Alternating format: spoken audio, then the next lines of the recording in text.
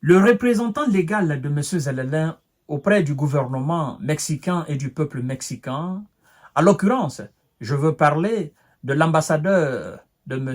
Zelelin. Oui, parce que l'Ukraine, en quelque sorte, c'est M. Zelelin.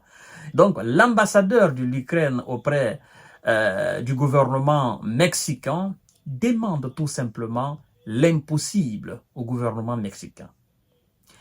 La raison, je vais vous la livrer tout à l'heure. Mais avant tout, chères dames, chers messieurs, chères demoiselles, recevez mes salutations les plus sincères et amicales. Et continuez à vous abonner sur ma chaîne YouTube Kanté-J Visionnaire le vrai, mais aussi partagez la vidéo dans tous les groupes possibles, sur, n'est-ce pas, les groupes WhatsApp, mais aussi Telegram et Messenger, un peu partout. Le motif, c'est d'informer les gens, c'est naturellement décortiquer les sujets de la géopolitique et de la géostratégie.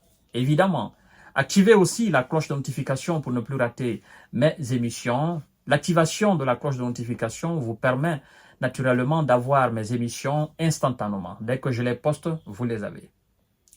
Mesdames et messieurs et mesdemoiselles, nous allons droit dans le sujet.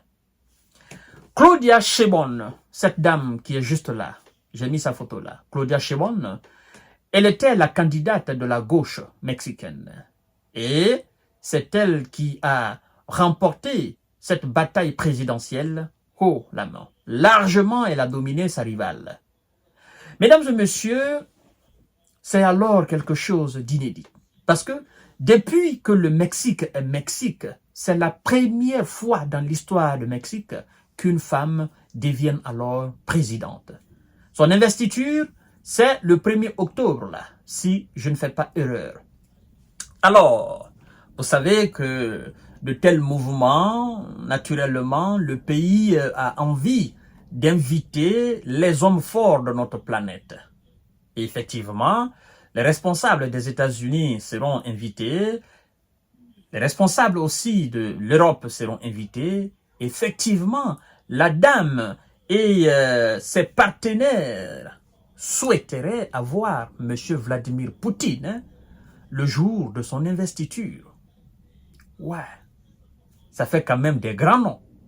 Évidemment, tout chef d'État ou tout candidat qui remporte une élection aujourd'hui veut quand même avoir ces grands noms le jour de son investiture. Ça élargit d'une façon vraiment significative, n'est-ce pas, les relations. Vous comprenez? Alors, l'ambassadeur de l'Ukraine demande tout simplement au gouvernement mexicain d'arrêter M. Vladimir Poutine et de le livrer à ce qu'ils appellent la Cour pénale internationale. Parce que l'Ukraine estime que un mandat d'arrêt de ce qu'ils appellent international a été émis contre M. Vladimir Poutine. Et que Mexique doit appliquer ce mandat en arrêtant M. Vladimir Poutine et le livrer à ce qu'ils appellent la justice internationale, que nous autres nous appelons la Cour pénale européenne ou occidentale. Vous savez ce qui me permet de dire que c'est plus la justice internationale? Nous avons vu les États-Unis fustiger M. Karim Khan, le procureur de cette même cour, parce que il a pris l'initiative de décerner un mandat d'arrêt contre un certain Benjamin. Et donc, les États-Unis ont dit d'ailleurs que voilà, cette cour était incompétente. Ils ont même, le Congrès américain est allé même réfléchir sur comment punir le procureur de cette Cour pénale internationale et les juges qui ont alors participé, n'est-ce pas, à la préparation de ce mandat d'arrêt contre M. Benjamin et le ministre de la Défense de cet État-là. Donc, nous autres nous disons, ben, ce n'est plus une cour. C'est pourquoi nous avons fait des émissions en demandant aux chefs d'États africains et aux États africains de se retirer définitivement, n'est-ce pas, de cette cour internationale. Parce que nous avons compris qu'en réalité, ce n'était pas une cour pour tout le monde entier.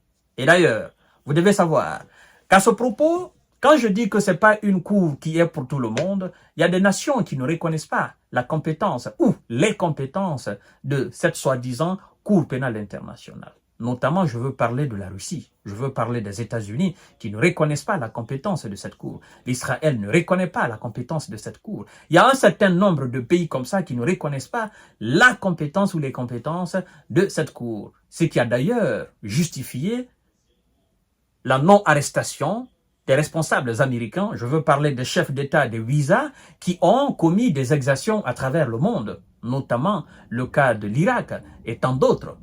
Si réellement cette cour était compétente ou que les États-Unis avaient reconnu la compétence de cette cour, naturellement, on devrait traduire M. George Bush, n'est-ce pas, devant les juridictions de cette Cour pénale internationale.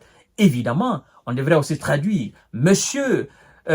Nicolas Sarkozy et sa bande qui ont causé la destruction de la Libye, dont les conséquences sont aujourd'hui la prolifération des terreaux et la prolifération des armes, n'est-ce pas, dans le Sahel.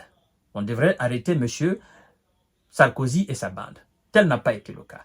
Alors, au même titre que les États-Unis, la Russie non plus ne reconnaît pas, n'a jamais reconnu la compétence de cette Cour. D'ailleurs, quand ils ont émis ce qu'ils appellent leur mandat d'arrêt international contre Vladimir Poutine, vous devez savoir que le porte-parole du Kremlin, M. Dmitri Peskov, est sorti et a dit clairement que la Cour pénale, de ce qu'ils appellent cette Cour pénale internationale, la Russie ne reconnaît pas les compétences de cette Cour.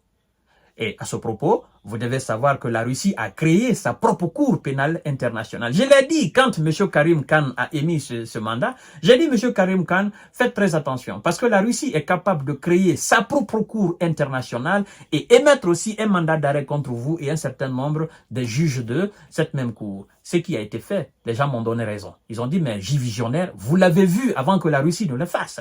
Naturellement. Vous savez aujourd'hui que M. Karim Khan et un certain nombre de juges sont aujourd'hui sur la liste des personnes les plus recherchées en Russie.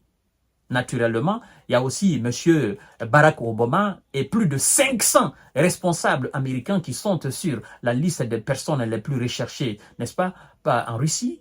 Évidemment, ça fait jaser, ça fait couler assez d'encre quand la Russie a émis ce mandat et a émis a écrit le nom de M. Karim Khan et un certain nombre de juges de la Cour pénale internationale. Nous avons vu les visas, la France, la Grande-Bretagne et le bloc occidental, voilà, qui a fustigé la Russie à cause de cela. Mais quand les États-Unis, qui même soutenaient M. Karim Khan pour avoir émis ce mandat contre M. Vladimir Poutine, quand eux-mêmes fustigent la Cour pénale internationale, eux qui devaient dans les conditions normales servir d'exemple, est-ce qu'on peut accorder du crédit maintenant à cette Cour?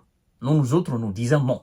Et c'est pourquoi nous disons, cette Cour n'est cour que contre les faibles de ce monde-là. Et c'est pourquoi nous avons demandé aux chefs d'État africains de se retirer définitivement, parce que ça fait la honte que la Cour pénale internationale soit une cour pour les chefs d'État du Sud global et les pays les moins militarisés dans le monde.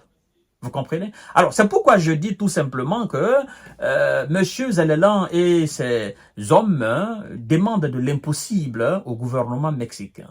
Je voudrais quand même rappeler à M. Zelensky, je l'ai dit une fois, mais je réitère encore. Si M. Vladimir Poutine a envie de partir à Paris, il appelle juste Emmanuel Macron pour lui dire « J'arrive, je vais faire une visite à Paris, j'arrive ». Emmanuel Macron serait très, très enchanté de recevoir M. Vladimir Poutine. Quand bien même Emmanuel Macron veut que Vladimir Poutine tombe.